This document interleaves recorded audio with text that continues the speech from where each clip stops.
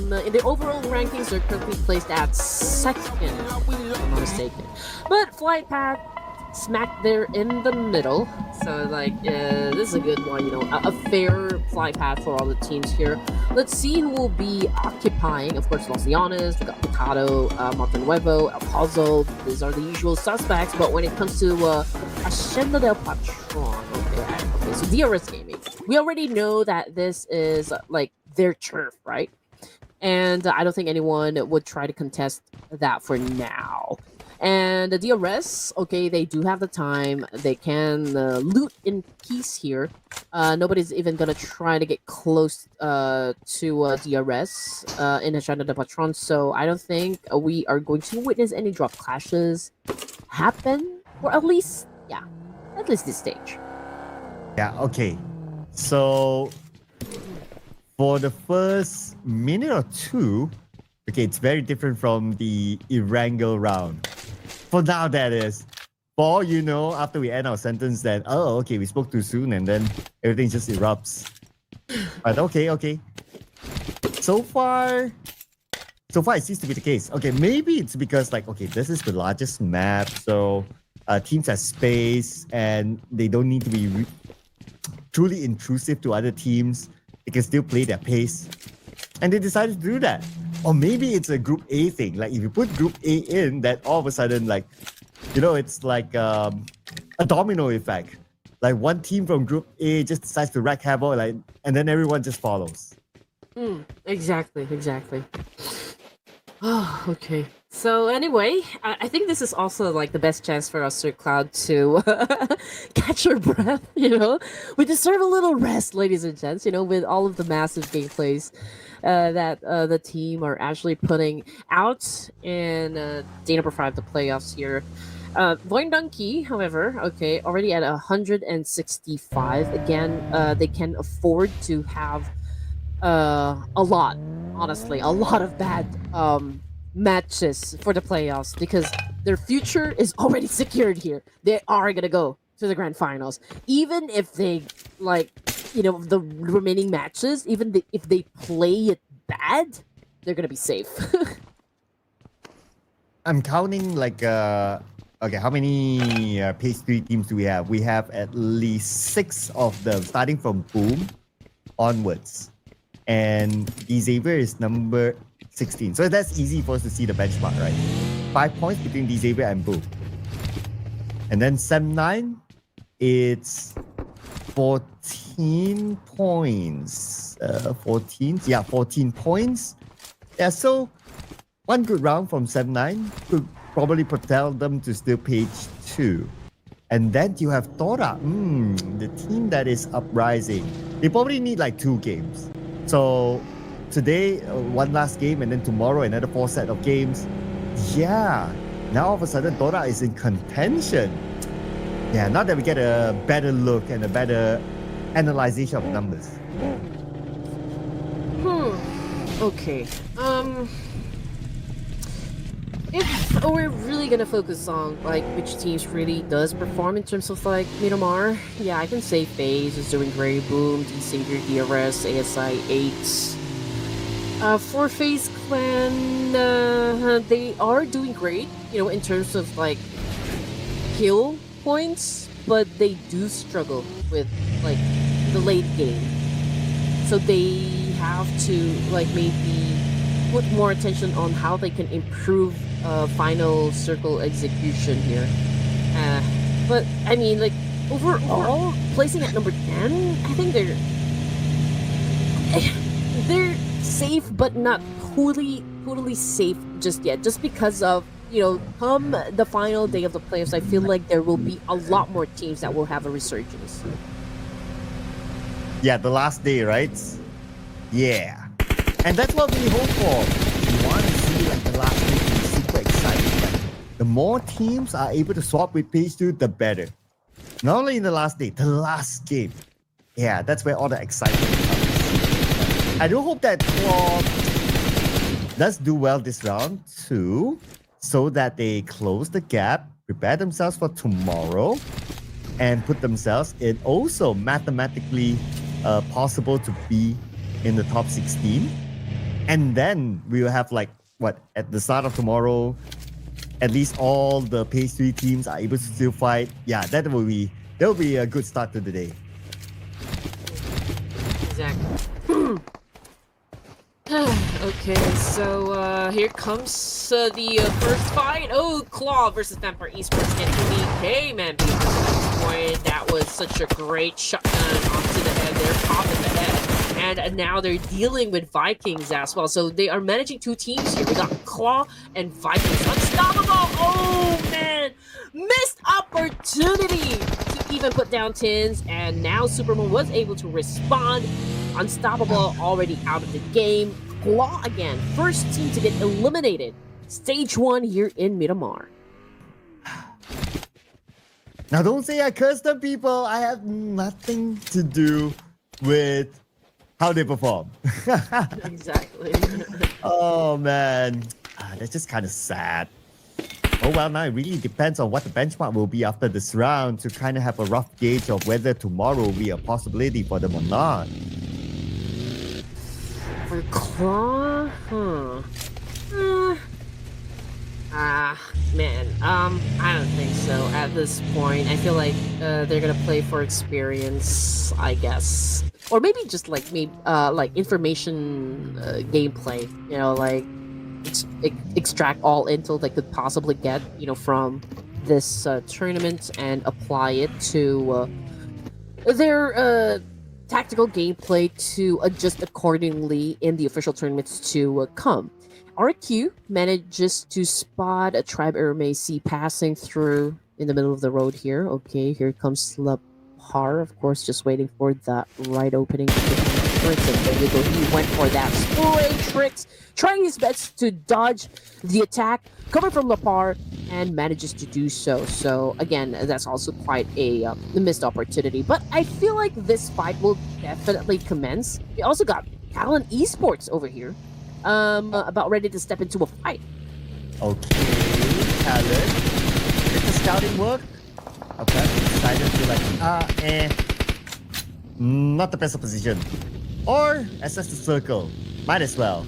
Okay, are they in the circle? Yes, they are. Okay, they're by the edge of it. Okay, like what you said, perhaps this fight will commence. Byron's moving, so maybe not.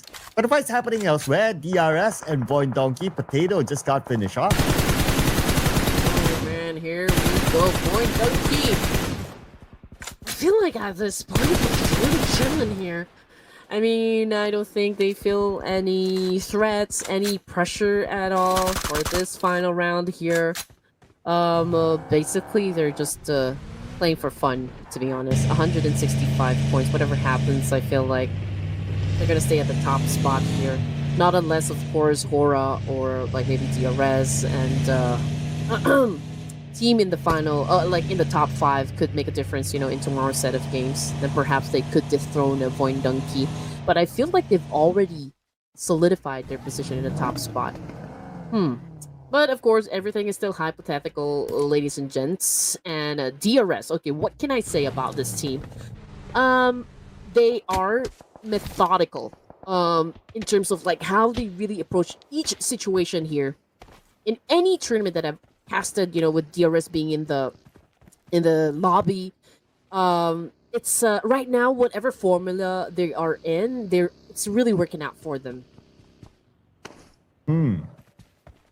So, would you say that every time you're around, DRS performs? Perhaps. But, I mean, I can say, sure, sometimes, you know, like, they really focus on getting placement points. I think they are more strategic in terms of, like, their placement points. But like the moment that they understand that, okay, maybe this is the time for us to really be aggressive in elimination points, they show up where it matters most. And yesterday again was like really a big day for DRS, putting up 3 chicken dinners. So I mean, they are trying to, as much as possible, balance the aggression and the of course getting the placement points in a tournament, which is working wonders for the real soldiers. Okay, I was hoping say the straight up yes, they'll say, aha! So you are the brand ambassador for DRS. Ooh. Okay, we'll leave that one for later because right now we have BTR. Okay, starting off their campaign this round. We see Trapper Messi, one player down. And now right in front of them is going to be the other members of Trapper Messi. Trapper Messi responds back. Now BTR has to do the same as well. They cannot get out of this fight without winning it.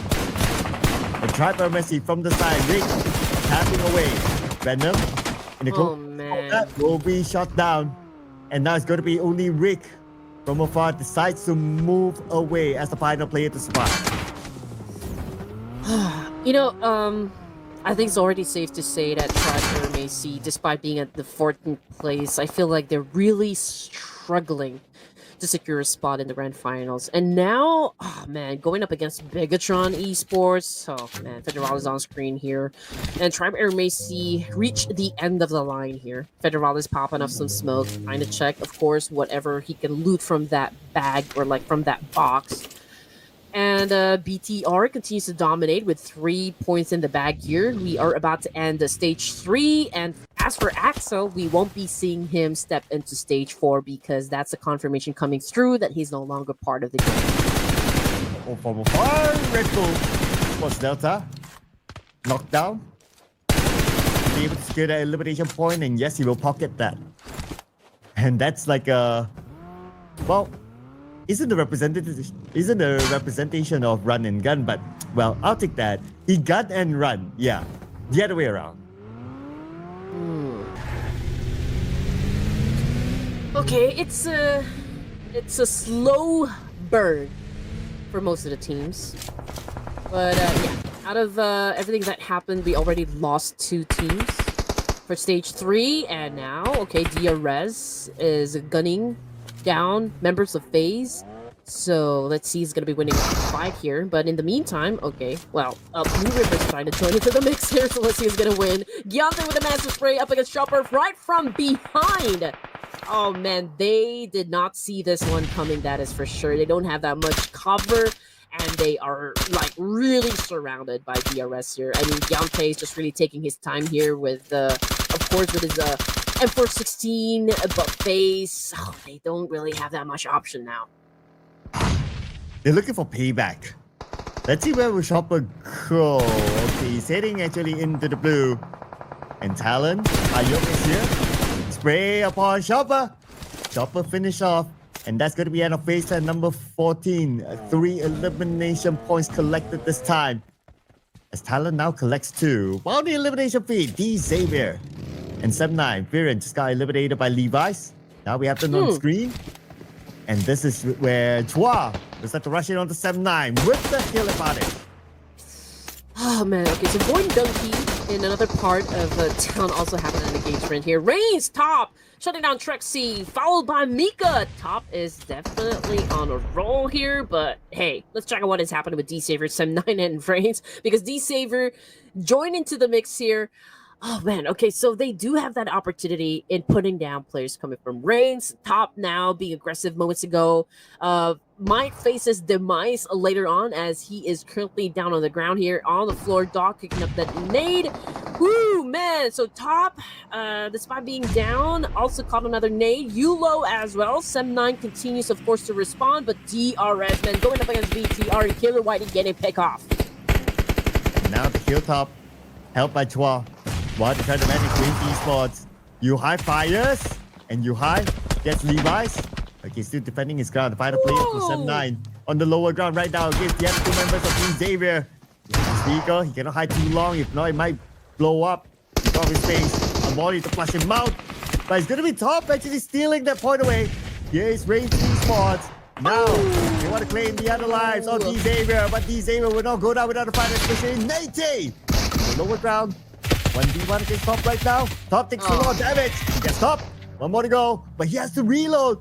Oh man, too bad that Nate had to reload at the wrong time. Okay, so this is the first time I'm seeing Baron play. Okay, it's a good thing. Great follow through, I can say. You know, he was the one to actually was able to seal the deal, for Reigns. And as for BTR, okay, they just come off from a victorious win, fighting off DRS.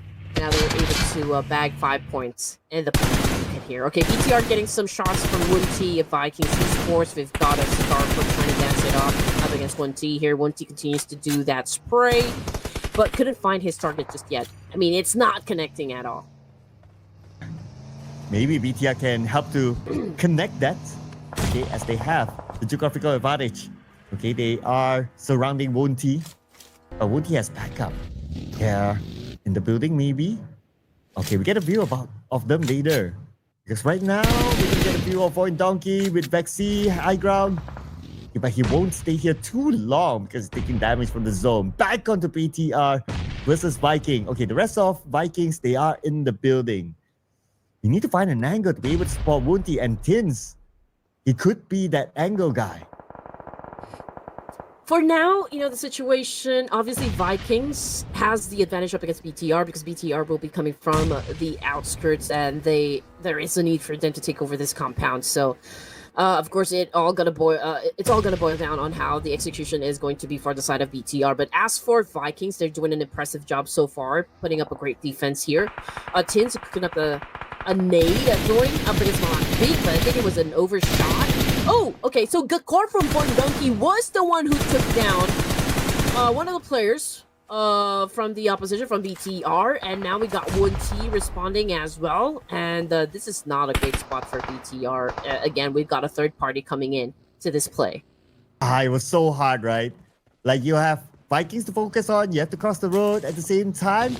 voidonky from the side. That really didn't help that charge to move into the next piece of the circle. Eliminated like that at number 11. Anyway, now that the circle has shifted, it seems like it favored slightly towards the top. Yeah. Oh, and we have voidonky there, not too far away from the circle. Same goes for RRQ. And with RRQ's position, they can play the slow approach to get into the circle while waiting for potential to block out other teams. voidonky maybe can do the same as well.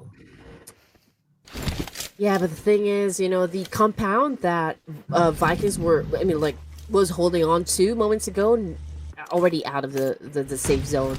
So, a fight definitely will happen between Vikings and voidonky. But then again, whichever team wins the fight will have to deal with Talon eSports. But I feel like voidonky's gonna let Vikings go up against Talon at this point, and perhaps they could do the third party thing later on when a team is already vulnerable. Now, we've got the Talon eSports on the screen here, ladies and gents, with 2 points in the bag here, trying to deal with business. Unfortunately, from behind, they got shut down by Superman of Vikings eSports.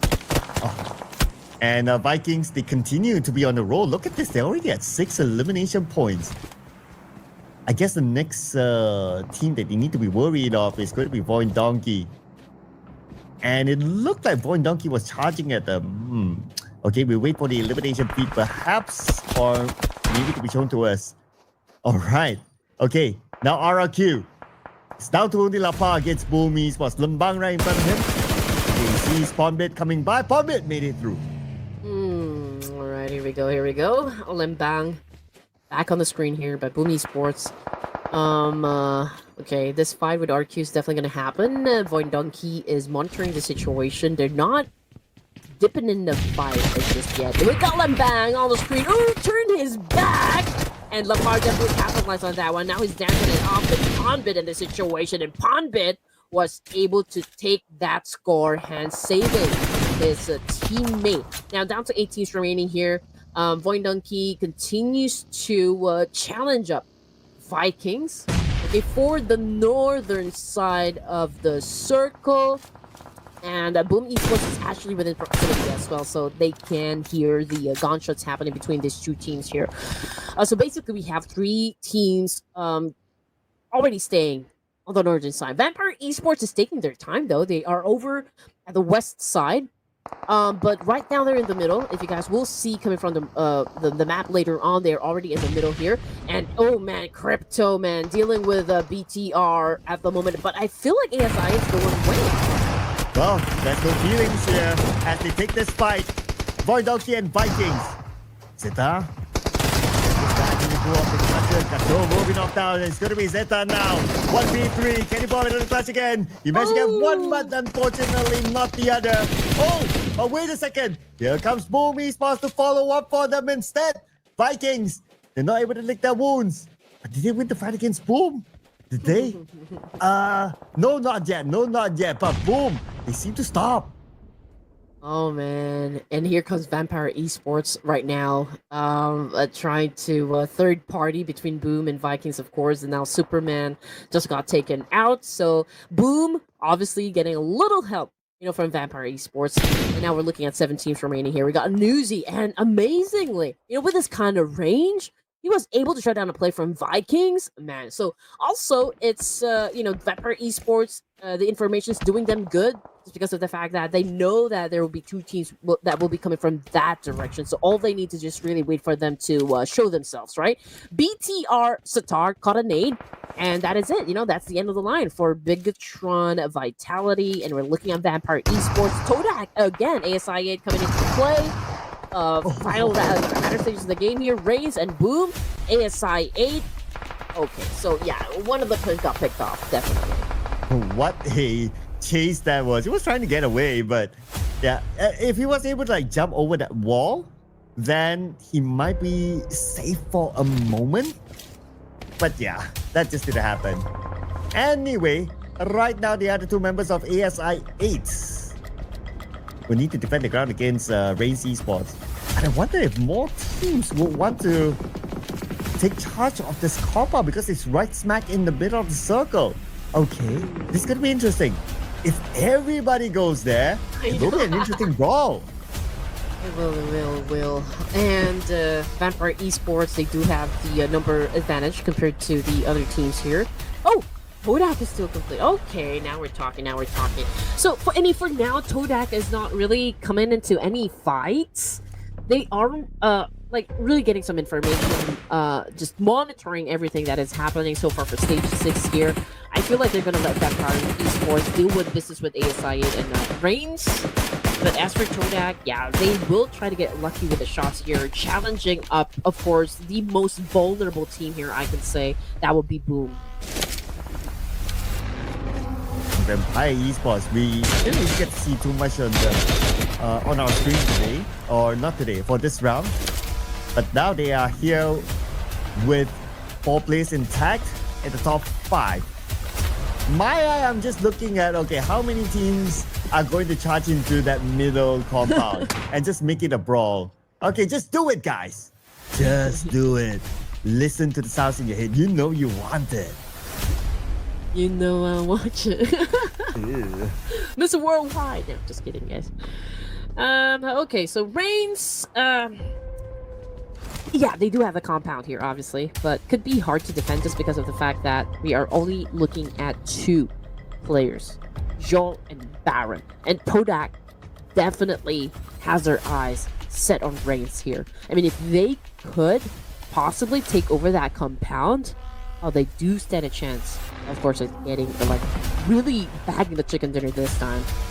Vampire Esports, okay, going up against ASI 8, since, okay, I'm looking if they do have vehicles to begin with. They could actually crash this compound, but they are also going to be exposed to Reigns if they do that. So there's a need for them to eliminate ASI 8 before they crash the compound. But could be hard considering the distance. So you know what's the best way to close the distance? Just do it.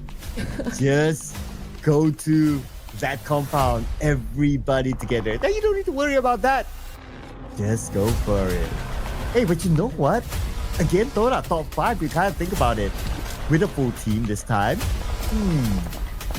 Well, TONYK has been deprived of their chicken dinner for multiple times thanks to BTR, at least 2 times today. So, it has to be a matter of time till TONYK actually scores a chicken dinner for themselves. Okay.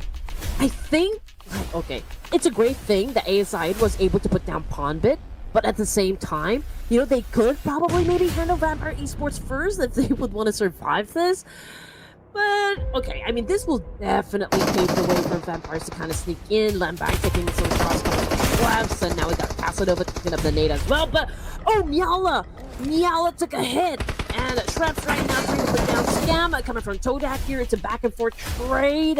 And Pondbit right now, boom, eSports again with another player out of the game.